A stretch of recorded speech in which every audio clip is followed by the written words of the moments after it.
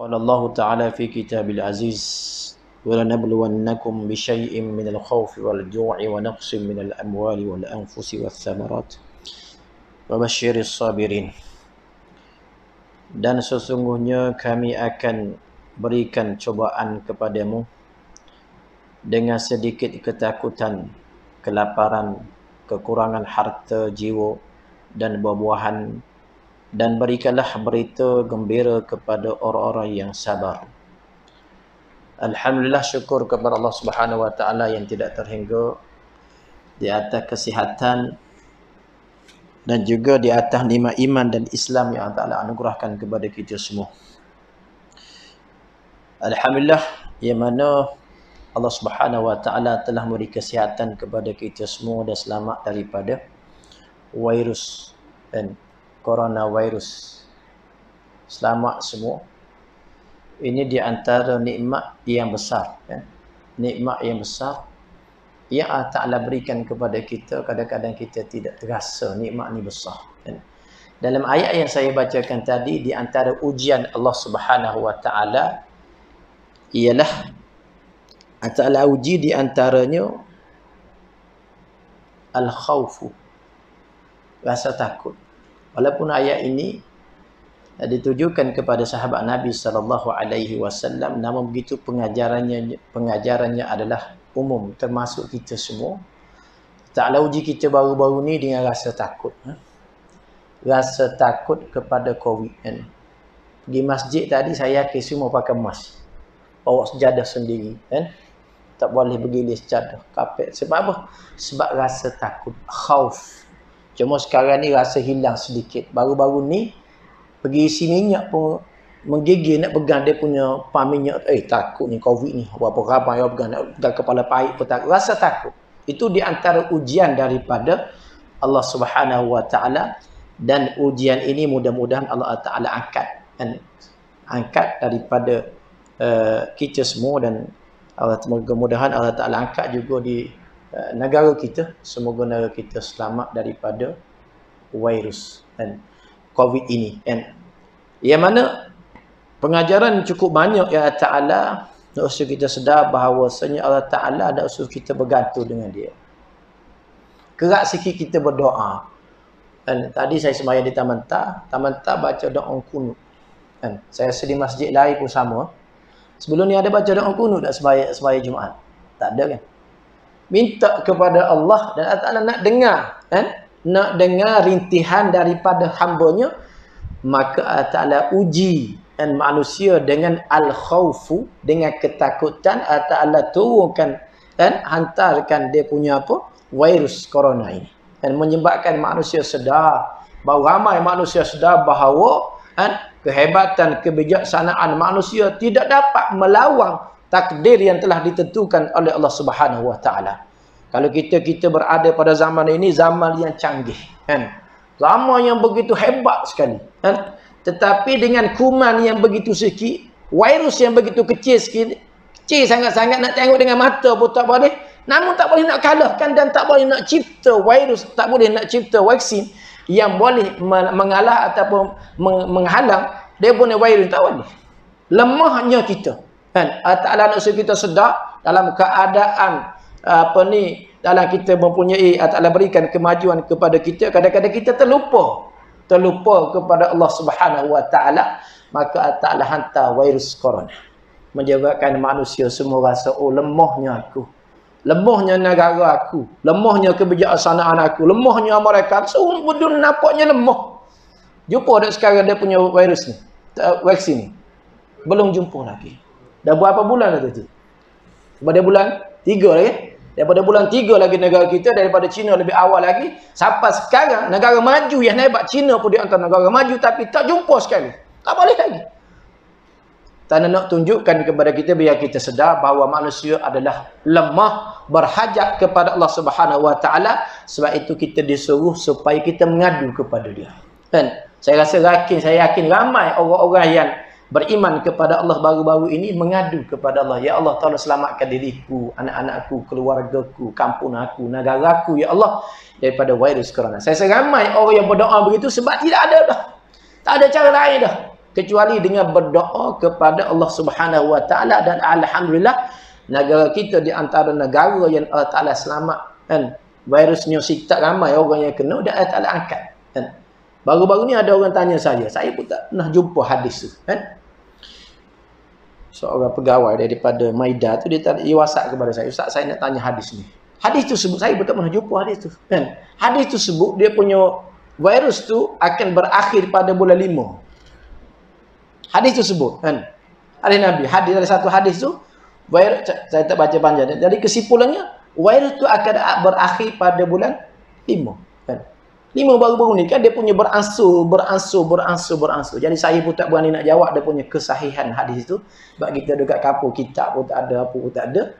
Jadi saya kata wallahu a'lam. Jadi dia tanya saya tu masa tu bulan 4. Jadi bulan 5 tu memang kalau mengikut hadis yang dia baca, dia bagi tahu kepada saya memang kan dia punya kita beransur pada bulan 5. Akhir bulan 5, bulan 6 tu kerajaan baru benar dia punya rentah sepadan pada 10 Jun. 10 Jun. Sebab dia punya virus corona sudah pun reda kita panggil. Jadi alhamdulillah syukur kepada Allah Subhanahu wa taala. Saya nak ingatkan kita, diri saya dan para jemaah sekalian, iaitu Allah Taala nak suruh kita kembali kepada Dia dan jangan sekali-kali kita terputus dengan Allah Subhanahu wa taala. Di antaranya kita kena sentiasa berdoa. Sekarang ni pun masih lagi kita perlu berdoa sepanjang masa kepada Allah Subhanahu wa taala, semoga Allah Taala selamatkan kita semua. Jadi ada baiknya juga kan. Kalau kita tengok di sebalik virus corona ni ada kebaikannya, nak bagi kesedaran kepada manusia supaya manusia sedar kan, supaya manusia kembali kepada Allah Subhanahu wa taala. Kalau tidak kita rasa malas nak berdoa. Ya. Nak berdoa tu rasa malas, tetapi apabila Allah Taala bagikan musibah kepada kita, kepada negara kita, baru kita rasa bersemangat untuk berdoa, meminta kepada Allah Subhanahu wa taala supaya Allah Taala mengangkat kan virus kan yang pelik ini kan, yang melanda seluruh dunia termasuklah negara kita kan. Maka kita perlu berdoa, sentiasa berdoa kepada Allah Subhanahu wa taala. Baik. Walanabluwannakum minal khaufi wal ju'an. Khauf, rasa takut. Allah Subhanahu wa taala uji dengan kelaparan. Baru-baru ni nasib baik ramai kan NGO yang membantu kan. Ramai orang yang berada diberi peluang oleh Allah Subhanahu wa taala untuk membantu orang-orang yang dalam keadaan khusus. Sekarang ni ramai lagi orang susah. Kan? Saya duduk kat kampung baru ni, ingat orang kampung je susah. Datang ke bandar, rupa-rupa orang bandar juga susah. Susah macam mana? Sebab diberhentikan kerja. Kan? Susah lah tu. Kan? Taklah bagi peluang kepada kita juga yang diberi kesenangan untuk membantu saudara kita yang dalam keadaan kesusahan. Kan? Uwais bin Al-Qarni. Uwais Al-Qarni. Seorang tabi'i yang Nabi SAW pesan kepada Sayyidina Umar, wahai Sayyidina Umar, kalau kamu sempat bertemu dengan Uwais bin Al-Qarni, tolong minta dia doakan kau. Kan? Satu ketika Uwais Al-Qarni bukan orang kaya tu. Satu ketika Uwais Al-Qarni dia pergi tempat orang buang sampah, maka dia kutip makanan-makanan lebihan yang orang buang. Maka dia berdoa kepada Allah, wahai Tuhanku, la tu'akhidni, jangan kamu ambil tindakan kepada aku disebabkan ramai lagi umatmu yang tidur dalam keadaan kelaparan. Dia seorang miskin. Uwais Al-Qarni seorang yang miskin, bukan seorang kaya raya, tetapi dia dikenali oleh penduduk langit kerana dia ni orang yang berbakti kepada kedua ibu bapa, berbakti kepada ibunya, yang mana dia sanggup menggendong ibunya daripada Yaman pergi ke Mekah. Dan ia juga berdoa, wahai Tuhanku, jangan kamu ambil tindakan kepadaku. Sebab apa? Sebab ramai di kalangan umatmu yang tidur dalam keadaan kelaparan. Dia orang miskin juga. Jadi kita juga perlu membantu orang-orang yang susah. Jangan jiran kita, saudara bahawa kita yang tidur dalam keadaan kelaparan, sedangkan kita tidur dalam keadaan kenyang. Ditakuti Allah Subhanahu wa taala mengambil tindakan kepada kita. Kan? Walanabluwannakum minal khaufi wal ju' wa naqsim minal amwal, dan kekurangan harta. Sekarang ni Ramai di kalangan masyarakat kita yang kekurangan harta disebabkan kerana ujian Allah Subhanahu wa taala. Kan? Baik, itu sebagai mukadimah kita pada malam ini. Kan? Moga-moga Allah Subhanahu wa taala selamatkan kita semua. Moga-moga Allah Taala memberi kesihatan kepada kita semua sehingga ke akhir hayat kita. Sebab kesihatan ini adalah sangat-sangat berharga, tidak boleh dinilaikan dengan wang ringgit. Kan? Sebab itu kata Syekh Asy-Sya'rawi rahimahullahu taala, Syekh Asy-Sya'rawi kata di antara nikmat yang besar kan, iaitu nikmat sihat. Nikmat sihat. Memang ya, terbukti nikmat sihat adalah nikmat yang paling besar. Selain daripada nikmat iman dan Islam, nikmat sihat ni besar. Kan? Kalau kita tidak ada kesihatan, maka kita tak boleh buat apa saja. Kan? Nak datang ke surau tak boleh. Nak baca Al-Quran tak boleh. Nak makan tak, nak menikmati nikmat yang Allah berikan di atas dunia ni tak boleh. Kan? Saya pernah jumpa seorang hamba Allah. Lupa itu dia duduk Taman Tar ke. Dia kata, Ustaz, saya ada kebun durian di Janda Baik, 6 ekar. Tapi saya tak boleh makan. Macam-macam penyakit saya ada. Ha, tengok. Macam mana ya? Habis yang boleh, tak ada kebun durian pun tak apa, kita boleh makan durian. Dan ada orang yang ada kebun durian 6 ekar ni banyak. Bukan sikit lah. 6 ekar ni banyak. Tapi tak boleh makan durian, Ustaz. Dia kata sebab saya tak sihat. Tak boleh makan. Kan? Nak ceritanya besarnya nikmat sihat. Kan? Itu dia. Jadi patut kita bersyukur kepada Allah Subhanahu wa taala di atas nikmat yang besar yang ramai orang terlupa. Ramai orang terlupa nikmat sihat ni. Kadang-kadang kita rasa nikmat sihat ni rasa kecil je. Kan? Sebenarnya nikmat sihat ni lah nikmat yang besar yang Allah Ta'ala anugerahkan kepada kita. Baik, hadis malam ni saya nak baca hadis daripada an Abi Hurairah qala Rasulullah sallallahu alaihi wasallam akthiru dhikra hadimil lazzati yakni al-mauta wa akhrajahu Ibnu Majah wa Tirmizi aidan. Hadis pendek je malam ni tuan-tuan. Dari Abu Hurairah radhiyallahu anhu berkata Nabi sallallahu alaihi wasallam bersabda, Nabi kata, akthiru, perbanyakkanlah kamu mengingati perkara yang memusnahkan kelazatan. Yang memusnahkan kelazatan. Yakni al-mautah. Kan? Ada ini banyak kali dah kita baca dan saya nak baca pada malam ini. Mudah-mudahan ia memberi peringatan kepada saya dan pada jamaah sekalian. Kan? Nabi kata kamu kena banyak sebut. Apa yang banyak sebut? Nombor sebut apa banyak-banyak? Banyak sebut, Nabi suruh banyak sebut. Hadimil lazzat, yang memusnahkan kelazatan. Apa dia yang memusnahkan kelazatan? Al-maut. Mati. Matilah yang memusnahkan kelazatan hidup dunia ini. Kan? Maka Nabi suruh kita banyak sebut. Kenapa Nabi suruh kita banyak sebut? Sebab di antara perkara yang kita banyak lupa ialah al-mautu, kematian.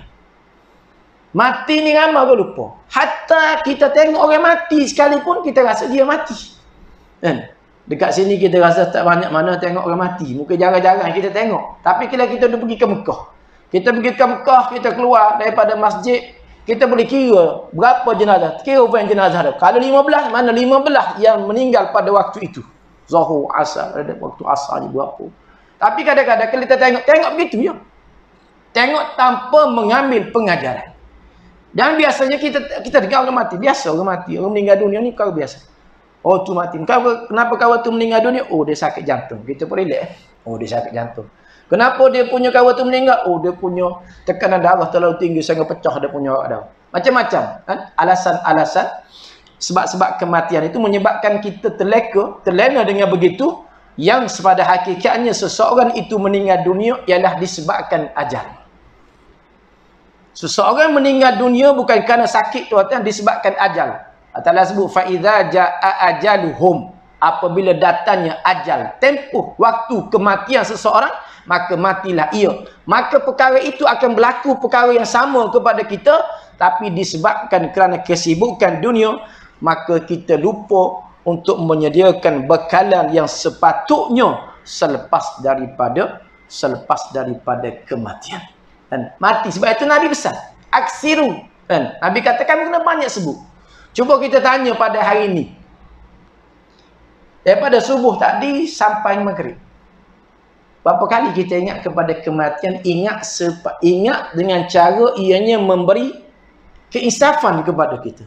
Kalau kita bersembah pun jaga orang bersembah tentang kematian, tak seronok kan. Kalau ada arwah Pak Din dia takut kalau bah mati kan. Ajak pergi kubur, takut dia pergi ke kubur kan. Arwah saudara kita, arwah Pak Din, mudah-mudahan Allah Taala ampun dosanya. Mudah-mudahan Allah Taala lapangkan kuburnya. Mudah-mudahan Allah Taala jadikan kuburnya satu taman daripada taman syurga. Amin insya-Allah. Itu jemaah kita yang telah pergi. Orang tanya kenapa Pak Din meninggal dunia? Sebab dia masalah, dia punya apa itu? Masalah apa dah? Pembedah kita pun tidak. Oh, Mak Din mati kerana begitu. Kebanyakannya begitu. Menyebabkan kita terlupa. Sedangkan banyak kematian orang yang telah meninggal dunia yang kita ketahui dan kita tengok sendiri, tapi kadang-kadang kita terlupa untuk mengambil pengajaran. Sebab itu Nabi suruh kita sebut. Nabi suruh banyak sebut. Aksiru, kamu kena banyak ingat kepada kematian. Apabila ingat kepada kematian, maka dia akan datang kebaikan kepada kita. Kan? Di antara kerja syaitan ini, di antaranya yansa, cuba melupakan kita. Kan? Syaitan cuba melupakan kita apa dia? Melupakan perkara yang akan berlaku selepas daripada mati. Syaitan cuba menyibukkan diri kita, cuba menyibukkan fikiran kita supaya kita tidak bermikirkan tentang perkara yang akan berlaku selepas daripada mati. Sebenarnya perkara yang akan berlaku selepas daripada mati ini perkara yang besar. Yang pertama, kita akan berhadapan dengan sakratul maut. Iaitu Nabi kata, apa dia? Kemungkinan mati dengan husnul khatimah ataupun dengan su'ul khatimah. Dua keadaan kita akan mati. Kemungkinan kita mati dalam keadaan baik ataupun kemungkinan kita akan mati dalam keadaan buruk. Kita ditipu oleh syaitan dan hawa nafsu kita menyebabkan kita terasa selesa. Kita yakin bahawa, aku akan baik, aku akan mati dengan keadaan baik. Yakin ke begitu? Apabila kita ingat kepada kematian, menyebabkan kita terasa bagaimana akhir keadaanku. Maka apabila timbulnya rasa risau tentang akhir hayat kita, maka kita akan mula membaiki amalan kita. Dosa-dosa yang lalu kita akan teringat selalu kepada dosa-dosa yang telah lalu. Maka ya Allah, tolong ampun aku ya Allah. Ya Allah, tolong akhirkan hayatku dengan husnul khatimah ya Allah. Ya Allah, tolongkan akhirkan hayatku pada hari Jumaat ya Allah. Baru nak minta. Ya Allah, tolong akhirkan aku ketika aku akan sujud kepadamu ya Allah. Akhirkan hayatku ketika aku sedang membaca Al-Quran kepadamu ya Allah. Kita akan minta. Sebab apa? Sebab kita teringat kepada kematian apabila timbul rasa tak selesa. Kita kena berusaha supaya timbul dalam diri kita, timbul biar rasa cemas. Cemas apa? Cemas tentang diri kita, bahawasanya kita mati nanti kita tak tahu bagaimana kematian akhir kita. Sebab itu Nabi suruh kita banyak sebut tentang kematian. Maka peluang kebaikannya adalah kepada kita. Maka kita akan rasa nak bangun pada waktu malam. Nak bangun pada waktu malam, kemungkinan malam ini adalah malam yang terakhir bagiku. Sebab kematian akan datang secara tiba-tiba. Dan ajalku pasti semakin dekat. Dan ajal. Kata pepatah Arab, kullu atin qaribun walau bi alfi sanatin. Setiap yang mendatang, walaupun 1000 tahun, ianya makin hari makin dekat. Dan makin hari makin dekat, tetapi disebabkan nafsu dan syaitan menipu kita, menyebabkan kita terasa bahawa kematian itu suatu perkara lambat lagi berlaku kepada kita. Lambat lagi. Sebenarnya kita ditipu. Kan? Ditipu oleh nafsu kita dan ditipu oleh syaitan. Ini kerja syaitan, cuba melupakan kepada kita daripada mengingati kematian. Ini perkara penting. Perkara penting kepada kita semua supaya kita banyak mengingati akan kematian. Oh Ustaz, kalau ingat kepada mati menyebabkan saya tak semangat nak buat kerja. Itu cara tak betul.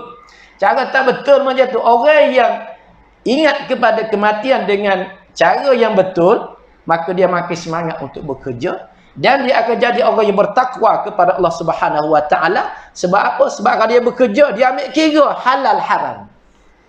Ambil kira halal haram. Tak boleh, ni halal. Ni haram, ni halal. Ni haram tak boleh ni. Sebab aku nak mati. Kemungkinan aku mati bila? Wallahu a'lam. Takut-takut tak sempat nak bertaubat. Syaitan datang pula. Tipu kita. Tak apa kau buatlah. Dia punya apa dosa, kamu sempat lagi bertaubat. Tak. Kan? Kalau kita yakin banyak ingat kematian, ianya memberi kesan yang baik kepada kita. Baik. Kata ulama, kan? Ulama mengatakan bahawa di antara syaitan cuba memperdayakan kita yang azab al-qabri, kan? Syaitan cuba memperdayakan supaya lupa kepada azab kubur. Kan? Syaitan cuba melupakan kita. Sebabkan kesibukan dunia, cara cuba melupakan kita sehingga kita tak teringat kepada azab kubur. Dia tutup yang pertama, jangan ingat kepada kematian. Apabila tak teringat kepada mati, bagaimana nak ingat kepada azab kubur? Apabila teringat kepada kematian, maka kita akan terfikir apabila aku masuk kubur pada malam yang pertama. Apabila aku dimasukkan ke dalam kubur, maka orang mula meninggalkan aku, muka-muka nakir datang bertanyakan kepada, adakah aku boleh jawab soalan muka nakir? Kita akan datang soalan itu. Yang azab al-qabri. Azab kubur tempat penentuan bagi kita, adakah kita akan berjaya di akhirat ataupun sebaliknya. Kan? Sesiapa yang masuk kubur dikenakan azab, maka di pada mahsyar nanti makin teruk. Makin teruk keadaannya. Sesiapa yang selamat di dalam kubur, maka di pada mahsyar nanti maka senang urusannya. Saya teringat kepada Kemal Atatürk. Baru ke saya dua ni dia punya apa? Turki. Siapa nama presiden? Erdogan, kan?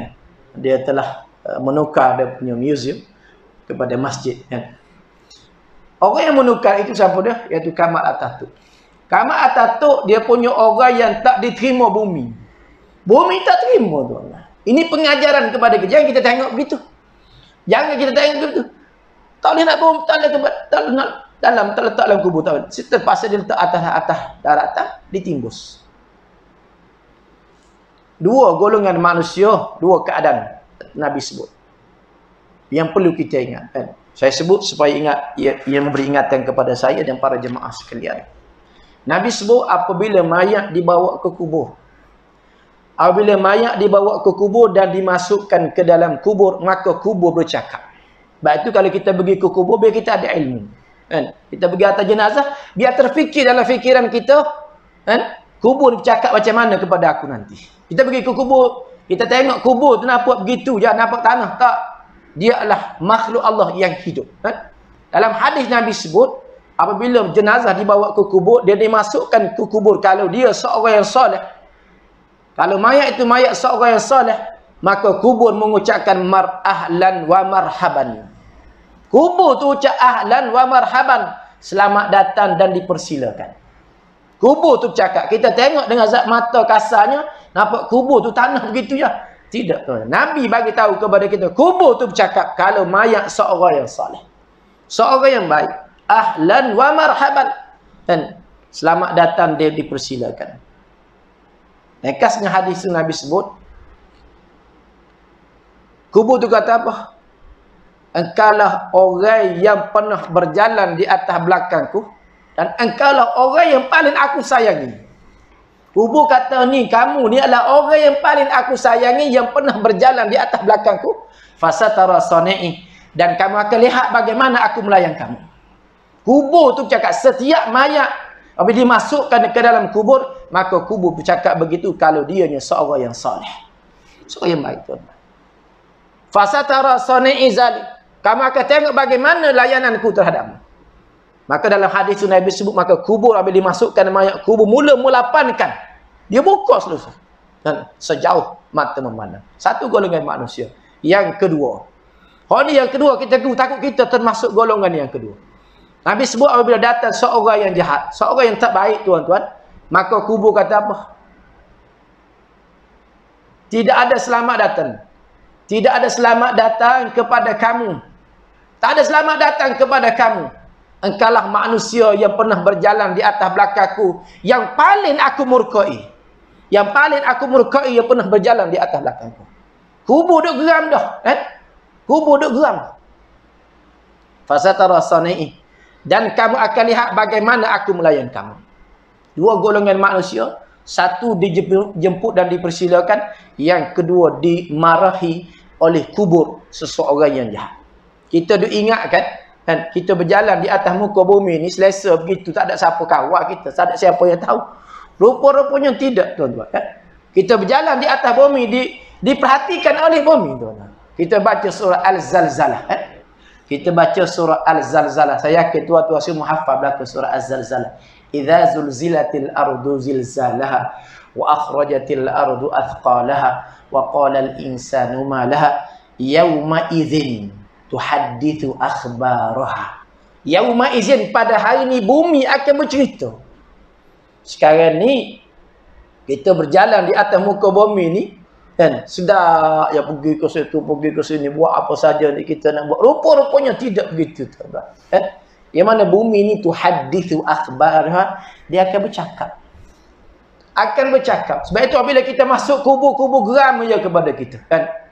Yang kegolongan yang kedua tadi, kubur kata la marhaban, tak ada selamat datang kepada kamu. Fasatara sani'i, dia kamu akan lihat, dapat lihat bagaimana aku layan kamu.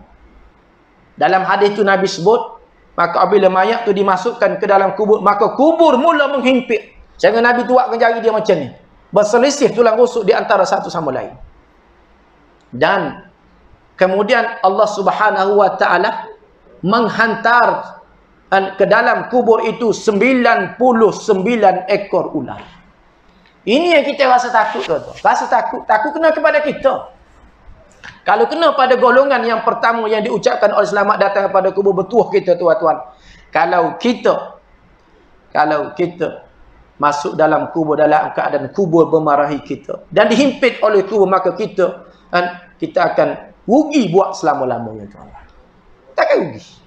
Maka sebelum daripada itu, maka kita masih diberi peluang oleh Allah Subhanahu wa taala untuk memperbaiki amalan kita sebelum kita dijemput oleh Allah Subhanahu wa taala. Maka kata Nabi SAW dalam hadis tu, satu ekor ular sahaja, seekor ular sahaja, kalau dimuntahkan bisanya di atas muka bumi ini, tadi ada 99 ekor ular. Dan kalau satu ekor sahaja yang memuntahkan bisanya di atas muka bumi ini, nascaya, kata Nabi dalam hadis itu, nascaya tidak akan tumbuh satu pokok pun di atas muka bumi. Betapa bisanya ular yang sedang menunggu kita. Maka kita nak duduk sebelah ni. Sebelah mana? Sebelah dalam keadaan kemungkinan aku dimurkai, dimarahi oleh kubur. Maka sekarang kita masih ada peluang. Sebab itu Nabi suruh kita banyak sebut kepada kematian. Syaitan cuba melupakan kita yang sah an azabil qabri, dan cuba melupakan kita daripada mengingati tentang azab kubur. Azab kubur adalah tempat yang mengerikan. Sehingga Nabi SAW ajarkan doa. Nabi telah mengajar doa kepada kita supaya kita baca di akhir sembahyang. Sebelum kita bagi salam, Nabi ajar, Allahumma inni a'udzubika min azabi jahannam wa min azabil qabri wa min fitnatil mahya wal mamat wa min syarri fitnatil masihid dajjal. Nabi suruh kita baca, minta berlindung daripada azab kubur. Dan Nabi satu ketika, Nabi kita Muhammad SAW, satu ketika dia mengantar jenazah ke kubur, dan selepas dikebumikan, Nabi termenung seketika. Akhirnya Nabi angkat kepala. Nabi kata apa? Ud'u lahu as-sabata fa innahu al-an yus'al. Yang pertama Nabi kata, ada satu riwayatnya, Nabi kata, berdoalah kamu kepada si mayat ini, fa innahu al-an yus'alu, kerana sekarang dia sedang ditanya. Siapa yang meninggal, tuan-tuan? Sahabat Nabi. Sahabat Nabi, bukan cala-cala orang ni. Kan? Iman sahabat Nabi nak dibandingkan dengan kita jauh, tak boleh nak dibandingkan. Namun begitu, walaupun sahabatnya, Nabi berada di atas, sahabatnya berada di bawah, Nabi minta tolong sahabat-sahabatnya berdoa supaya as-sabat dapat menjawab soalan muka lagi. Maknanya benar susah. Benar payah. Kan? Sebab itu kita jangan rasa selesa sangat hidup di atas dunia ni, biar timbul rasa cemas. Kan? Nak timbul rasa cemas ini, di antaranya kita kena ingat kepada kematian dan ingat kepada perkara yang akan berlaku selepas daripada mati. Ini perkara yang dilupakan. Perkara yang dilupakan oleh ramai masyarakat kita tentang kematian. Ramai orang mati secara tiba-tiba. Tapi kita rasa selesa lagi. Tak apa, kawan tu meninggal, aku sihat lagi. Gula pun tak tinggi mana. Baru 9 baru, kan. Dia punya Darah tinggi pun terkawal sebab makan ubat. Rasa selesa sebenarnya itu adalah tipu belaka. Sebenarnya kematian Tuhan tak tanya, kan? Malaikat maut tak tanya kamu gula banyak mana, darah tinggi banyak, tak tanya. Dan ajal, maka malaikat maut akan datang kepada kita dan akan mengambil nyawa kita. Dan maka oleh kerana itu kita kena banyak mengingati akan kematian, kerana ianya memberi manfaat kepada kita untuk menyediakan bekalan. Jadi rajin. Mengantuk pun boleh bangun, insya-Allah. InsyaAllah kalau mengantuk, kalau tidur pukul 12 betul tu, kalau kita teringat kepada kematian, insya-Allah boleh bangun pukul 4, pukul 5 pagi. Boleh bangun juga. Sebab apa? Sebab hati tak sedap. Ya kita boleh tidur leno sampai pukul tu, sampai subuh boleh baru nak bangun. Sebab hati selesa. Cuba tengok orang yang serabut macam mana. Boleh tidur tak orang serabut? Tak boleh tidur. Orang ada masalah tak boleh tidur. Ini masalah dunia baru. Ni masalah akhirat, masalah besar. Tak ada sesiapa yang boleh menolong kita, tuan-tuan. Kalau ada anak kita, alhamdulillah lah, kalau kita dia kalaulah dia mereka ingat kepada kita, dia doa lah kepada kita. Kalau tak teringat nyayalah kepada kita, kita berada di dalam kubur. Dan yansal mahsyar, di antara kerja syaitan ni cuba melupakan kita daripada ingat kepada hari penghimpunan manusia. Mahsyar. Mahsyar ni tempat dikumpulkan manusia. Kan? Yang mana apabila ditiupkan sekekala, maka manusia akan keluar ke kubur. Keluar daripada kubur menuju kepada mahsyar, tempat dikumpulkan manusia. Nak pergi ke sana tu Nabi kata ada 3 golongan manusia. Yang pertama berkenderaan. Yang kedua berjalan kaki. Yang ketiga berjalan di atas muka mereka. Maknanya terbalik, manusia ni pelek sikit. Kaki duduk atas, kepala di bawah. 3 golongan manusia yang akan bangkit daripada kubur dalam keadaan begitu. Kita duduk kat mana, tuan? Yang kita rasa selesa. Maka kita kena minta sekarang, ya wahai Tuhan, ampun dosa aku, wahai Tuhan. Maafkan kesalahan aku, wahai Tuhan. Tolong beri kederaan kepada aku, wahai Tuhan, apabila aku dibangkitkan daripada mahsyar nanti, wahai Tuhan. Amat malas sekali kalau kita berjalan kaki pun dah teruk dah. Jalan kaki pun nak, tuan-tuan. Dan daripada mahsyar nanti, orang yang paling dicari ialah Nabi kita Muhammad sallallahu alaihi wasallam. Pada mahsyar nanti orang tempat tumpuan manusia Nabi Muhammad. Baik. Nabi kata aulan nas bi yaumal qiyamah. Orang yang paling utama di hari kiamat nanti denganku ialah orang yang paling banyak berselawat kepadaku. Orang yang paling banyak berselawat kepadaku. Hari ni hari Jumaat. Tanya diri masing-masing berapa kali berselawat kepada Nabi sallallahu alaihi wasallam. Nabi sebut hari Jumaat, fa'aksiru alayya salah fa innahu ma'rudatun alayya. Kamu kena perbanyakkan selawat kepadaku kerana selawatmu dibentangkan kepadaku. Ini apabila kita teringat kepada kematian, teringat kepada mahsyar, maka tempat orang yang paling kita cari Nabi kita Muhammad sallallahu alaihi. Dia seorang je boleh bersyafaat pada hari itu. Okey, bagaimana untuk mendapat syafaat Nabi? Di antaranya dengan cara kita perlu memperbanyakkan selawat kepada Nabi sallallahu alaihi wasallam. Dalam satu kisah yang masyhur baru-baru ni dan saya dengar daripada Syekh Habib Omar sebut, dia kata ada seorang hamba Allah, dia pergi ke Mekah dengan anaknya. Tiba-tiba ayahnya di sana jatuh sakit dan meninggal dunia, dan didapati ayahnya selepas meninggal dunia mukanya hitam legam. Hitam legam. Menyebabkan anak tutup dengan kain dan berdoa kepada Allah, ya Allah, apalah salah bapa aku ni? Apalah salah bapa aku ni? Kan? Sehingga menyebabkan mukanya menjadi hitam. Maka dia tertidur. Dalam tidurnya Nabi SAW datang. Dia nampak Nabi datang, mimpinya Nabi datang, Nabi sapuh muka dia. Nabi datang, Nabi sapuh muka ayahnya tadi, menyebabkan ayahnya yang mukanya hitam legam tadi menyebabkan bercahaya. Dan dia tanya kepada Nabi SAW, apa sebab ayahku jadi begini? Dia katakan ayahmu pernah melakukan kesalahan dulu dan dia juga banyak berselawat kepadaku. Maka Nabi datang memberi syafaat kepada, menyebabkan muka yang hitam menyebabkan menjadi putih, tuan-tuan. Di akhirat nanti Orang yang boleh memberi pertolongan kepada kita Nabi SAW. Aulan nas, Nabi kata. Orang yang paling utama, orang paling dekat dengan aku ialah orang yang paling banyak berselawat ke atasku. Maka kita kena paksa diri. Dan paksa diri supaya kita banyak berselawat kepada Nabi SAW.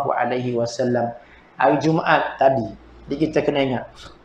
Hari Jumaat ni, kita kena banyak selawat dan kita kena baca suratul Kahfi. Dan amalan hari Jumaat, Nabi suruh kita baca suratul Kahfi. Dalam hadis juga Nabi suruh kita banyak berselawat ke atasnya. Tanya diri masing-masing berapa kali selawat gini. Mana kalau kita sedikit selawat kepada Nabi, jangan harap nak dapat syafaat Nabi. Sekali selawat, 2-3 kali. Mana tak bersungguh selawat kepada Nabi. Jadi kita kena banyak selawat. Mulai daripada malam ni, kita cuba memperbanyakkan selawat ke atas Nabi SAW. Bukan setakat di akhirat kita dapat manfaatnya, bahkan di dunia sekarang juga kita akan mendapat rahmah daripada Allah Subhanahu Wa Taala, iaitu 10 kali. Dan 10 rahmat Allahumma salli ala sayyidina Muhammad, kita dapat 10 rahmat daripada Allah Subhanahu Wa Taala. Yang syaitan cuba melupakan kita tentang al-hisab. Pada masa nanti adanya hisab. Syaitan cuba melupakan kita. Cuba melupakan kita daripada kita muhasabah diri kita. Adakah amalan kita baik, banyak yang baik atau banyak yang buruk, ataupun dosa kita telah diampun, ataupun sebaliknya. Syaitan cuba melupakan kita, menyebabkan kita terlupa untuk muhasabah diri kita. Kalau kita muhasabah diri kita daripada umur balik sampai sekarang, maka timbullah rasa cemas, rasa risau kita. Kita cek solat pun cukup dah. Solat kita ada ke atas. Kita cek tu solat. Kita tak cek keluarga kita ni. Kita cek pula keluarga kita. Bagaimana cara kita mendidik anak-anak kita? Allahu Akbar. Wahai Tuhan, dulu aku didik anak aku, ikut cara aku, bukan ikut caramu. Kita banyak benda-benda yang kita cek-cek. Oh ya Allah, Allah suruh kita hasibu anfusakum. Kamu nak cek diri kamu sebelum Allah cek. Jadi kita cek sekarang hasibu anfusakum. Kita minta kita cek muhasabah diri kita.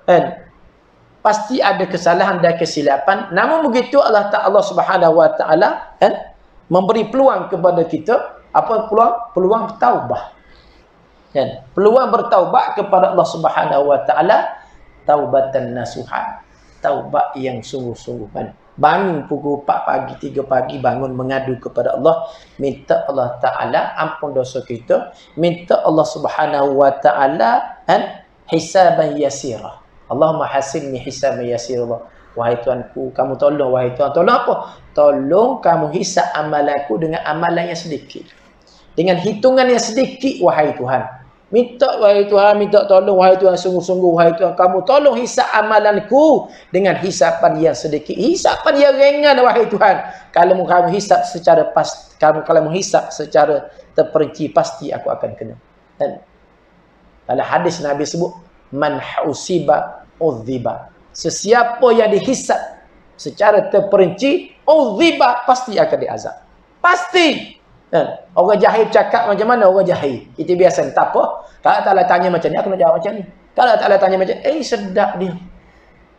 Dia bukan cakap, ni bercakap dengan Allah. Kau polih, panggil pun pucat terkecing. Dah pucat, dah polih dia panggil. Ini Allah Subhanahu Wa Taala yang menghisapnya nanti. Jadi kita minta kepada Allah, semoga Allah Subhanahu Wa Taala menghitung amalan kita. Kita minta juga kepada kedua ibu bapa kita, ya Allah, tolong hitung amalan ibu dan ayahku, wahai Tuhan, dengan hitungan yang sedikit, wahai Tuhan. Kamu tolong, wahai Tuhan. Kita minta juga kepada kedua ibu bapa kita. Yang syaitan cuba melupakan kita tentang penerimaan kitab kita nanti di sebelah tangan kanan ataupun di sebelah tangan kiri. Dua keadaan kita ini. Kemungkinan sebelah tangan kanan ataupun kemungkinan sebelah tangan kiri. Dua keadaan. Maka kita minta kepada Allah, ya Allah, tolong wahai Tuhan, tolong kau berikan kita amalanku nanti di sebelah tangan kananku, wahai Tuhan. Walaupun aku banyak buat benda yang tidak baik, wahai Tuhan, tolong wahai Tuhan.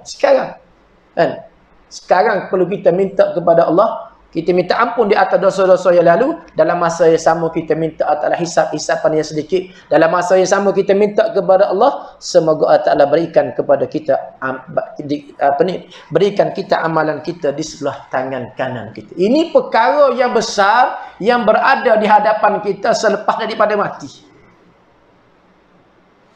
Dan terakhir sekali kita akan melintasi as-sirat.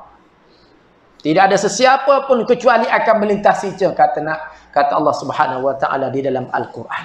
Semua akan perlu melintasi as-sirat. Nabi duduk di hujung, kan? Nabi duduk di as-sirat, Nabi kata salim salim. Nabi duduk situ lagi. Tunggu lagi umatnya salim salim. Selamat selamat.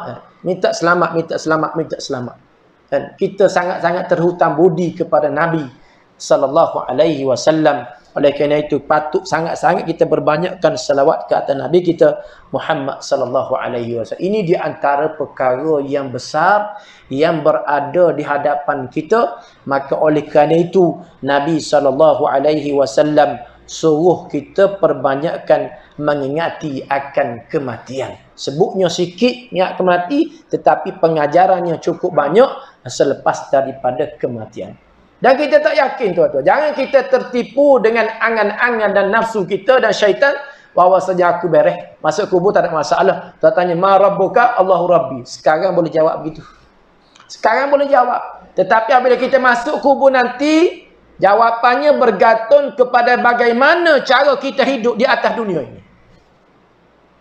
Kalau kita muhasabah tuan-tuan, tersangkut. Tuan tanya, mereka tanya, man rabbuka? Siapa Tuhan kami? Bagaimana kita dan mengatakan Allah sebagai Tuhan kita, sedangkan sebahagian kita ikut Allah, sebahagian tidak. Masa solat je kita ikut Allah tuan-tuan. Pada hakikatnya masa solat je. Di luar solat kadang-kadang kita bercakap tak ikut hukum Allah. Kita muamalah kadang-kadang tak ikut hukum Allah. Banyak lagi benda-benda yang kita tak ikut. Kadang-kadang kita didik anak-anak kita tak ikut Allah. Tak ikut kehendak Allah. Bagaimana kita dan jawab kata Allahu Rabbi? Takut-takut tak boleh nak kata Allahu Rabbi, disebabkan di atas dunia ni kita tak ikut Allah Subhanahu wa taala 100%. Sebab itu sekarang kita masih lagi ada peluang kan untuk membaiki kan amalan kita kan. Kalau kita pernah melakukan dosa, kita masih lagi ada peluang untuk memohon ampun kepada Allah Subhanahu wa taala sebelum ajal datang menjemput kita. Tak tanya usia kita lagi. Masa kita habis, sia-sia masa kita banyak tuan-tuan. Sembang, main handphone kan. Sekarang ni kan. Kita nak buka sekejap je. Nak buka sekejap je handphone tu, kadang-kadang setengah jam jadi ditipu oleh syaitan. Oh, seronok ni. Facebook saya ada satu. Oh, dia punya ni perbahasan parlimen ni. Sedap dengarnya. Satu. Setengah jam. Masa habis begitu saja. Dia tanya masa aku beri kepada kamu buat apa? Oh, nak jawab tak boleh tuan. Payah nak jawab. Banyak benda kalau Tuhan tanya tak boleh jawab tuan. Dan dia bercakap nanti tangan bercakap. Kan? Bukan mulut. Tangan bercakap. Dalam surah Yasin kita baca al-yauma nakhtimu ala afwahihim wa tukallimuna aydihim wa tashhadu arjuluhum bima kanu yaksibun. Al-yauma pada hari ini aku tutup mulut. Dia bercakap tangan. Dia menjadi saksi kaki. Ini jadi masalah.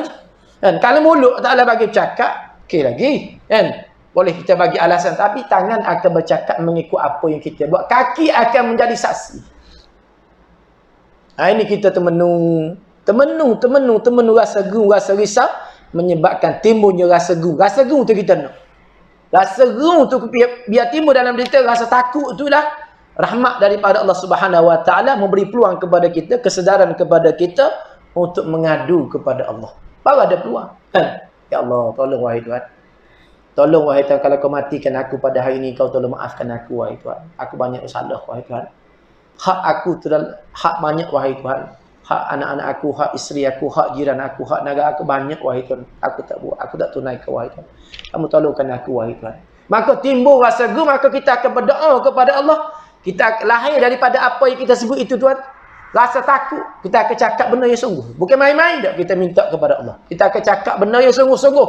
Minta sungguh-sungguh wahai Tuhan. Kalau kau matikan aku pada hari ini wahai Tuhan, kau tolong maafkan aku wahai Tuhan. Aku banyak buat salah kepadamu wahai Tuhan.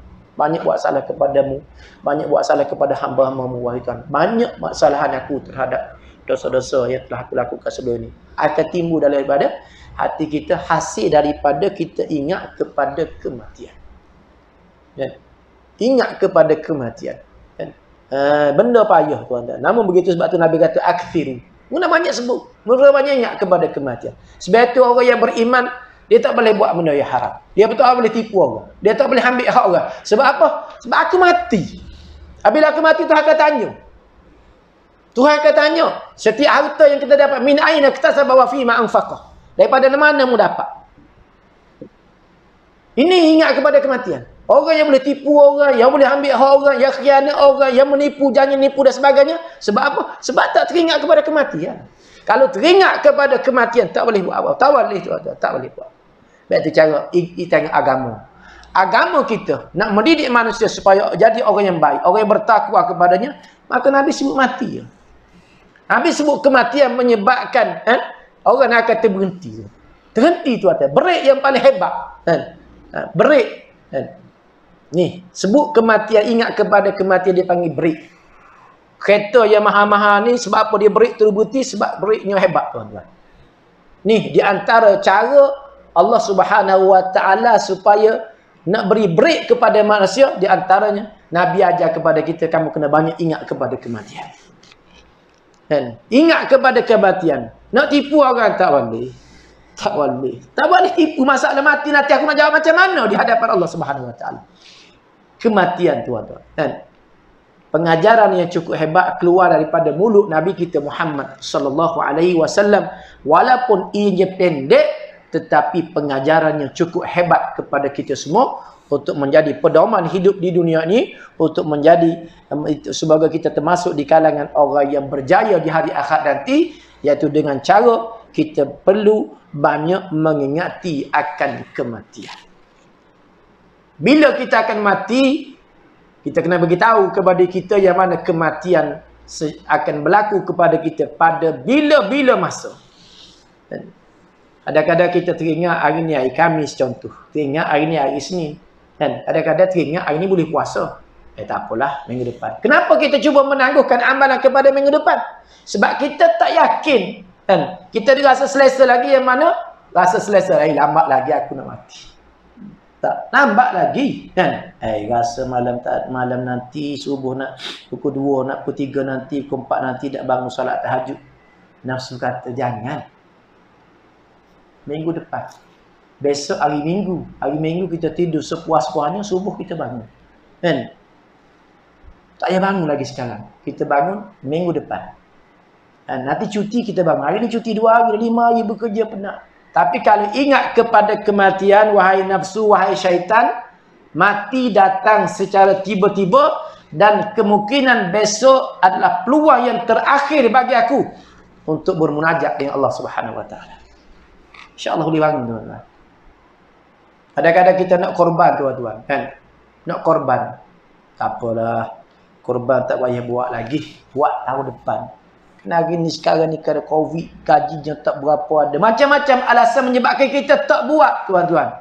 Tapi kalau kita teringat kemungkinan ini adalah peluang yang terakhir bagiku, maka kita akan usaha untuk menyertai ibadah kurban. Tadi aku dah tertipu. 700 bukannya banyak mana. Tapi disebabkan kerana ditipu oleh syaitan dan nafsu, menyebabkan kita rasa sayang dengan harga 700 tu. Tukar tayar kereta 4 biji okey je. Bayar insurans kereta, tak ada masalah. Tak. Berapa insurans? 2,000 sekali dengan road tax. Okey. Esok bayar. Disebabkan kenapa kita tak ada rebut peluang? Sebab kita rasa kematian lambat lagi. Lambat lagi. Sebab itu kita kena rebut. Kan? Rebut peluang. Sebab tu Nabi kata apa? 5 perkara kita kena rebut. Di antaranya hayataka qabla mautik. Masa hidup sebelum mati. Sebelum mati. Kita boleh mati pada sekarang ni tu. Pasal sekarang tiba-tiba mati dah. Baru ni siapa apa dia kata baru ni dalam grup surau kita tu, video klip orang meninggal. Saya tengok gerung, rasa gerung. Jangan kita tengok begitu. Jangan kita tengok begitu. Orang mati tengah menyanyi, tengah berjoget, tengah macam-macam, tengah bercakap, tengah macam-macam cerita. Jangan kita tengok begitu saja. Kita tengok kemungkinan aku juga mati dalam keadaan begini. Sedang bersama tiba-tiba datang malikil maut. Batu Allah Ta'ala sebut dalam Al-Quran, laula akhartani. Allah Ta'ala sebut tentang orang yang mati tu. Orang yang nak mati, walaula akhartani ila ajalin qarib. Wahai Tuhan, alangkah baiknya kalau kamu berikan sedikit tempoh masa. Siapa yang bercakap ini? Manusia. Tetap nak termasuk di kalangan orang yang meminta kepada Allah ketika ajalnya sudah pun hampir. Ketika malakul maut datang mencabut roh kita, maka orang yang tidak mengambil kesempatan untuk beramal semasa hidupnya, dia akan sebut kepada Allah, laula akhartani ila ajalin qarib. Wahai Tuhan, alangkah baiknya kalau kamu berikan sedikit masa untuk aku, wahai Tuhan. Tuhan kata, tak ada. Fa iza jaa ajaluhum la yasta'khiruna sa'atan wa la yastaqdimun. Apabila datangnya ajal seseorang kamu, tidak akan diperlewat dan tidak akan dipercepatkan. Dan yakinlah tuan-tuan dan puan-puan sekalian, yang mana ajal kita semakin hari semakin dekat. Kita kena tanam dalam keyakinan kita bahawa ajal kita semakin dekat. Sebab tempoh kita daripada lahir, Allah Ta'ala dah tentu dah tempoh ajal kita. Kematian kita Allah Ta'ala dah tentu tarikh kematian kita. Maknanya semakin hari semakin dekat. Tapi nafsu dan syaitan cuba menipu kita, yang mana kita masih lagi terasa. Rasa apa? Rasa ajalku masih panjang. Aku masih lagi panjang. Oh, keturunan aku semua mati umur 90. Atuk umur 90. Nenek 85. Sekarang dah umur 50, 60. Buat apa lain lambat lagi. Itu ditipu. Sebenarnya, mati akan datang secara tiba-tiba. Moga-moga Allah Subhanahu Wa Taala memberi rahmat kepada kita. Semoga kita sentiasa mengingati akan kematian. Dan diberi rahmat kepada kita supaya kita sentiasa bersedia dan menyediakan bekalan yang secukupnya sebelum kita dijemput oleh Allah Subhanahu Wa Taala. Bukan senang tuan-tuan. Bukan senang. Jadi kita minta biar kita banyak ingat kepada kematian. Wallahu a'lam. Moga-moga ia memberi manfaat kepada kita apa yang kita bincang pada malam ini. Wa akhiran wassalamualaikum warahmatullahi wabarakatuh. A'udzubillahi minasyaitonir rajim. Bismillahirrahmanirrahim. Alhamdulillahirabbil alamin wassalatu wassalamu ala asyrafil anbiya'i wal mursalin sayyidina maulana Muhammadin wa ala alihi wa sahbihi ajma'in. Allahumma fa'na bima 'allamtana wa 'allimna ma yanfa'una. Wa sallallahu ala Muhammadin wa ala alihi wa sahbihi wasallam. Alhamdulillahirabbil alamin. Taqabbalallahu minkum.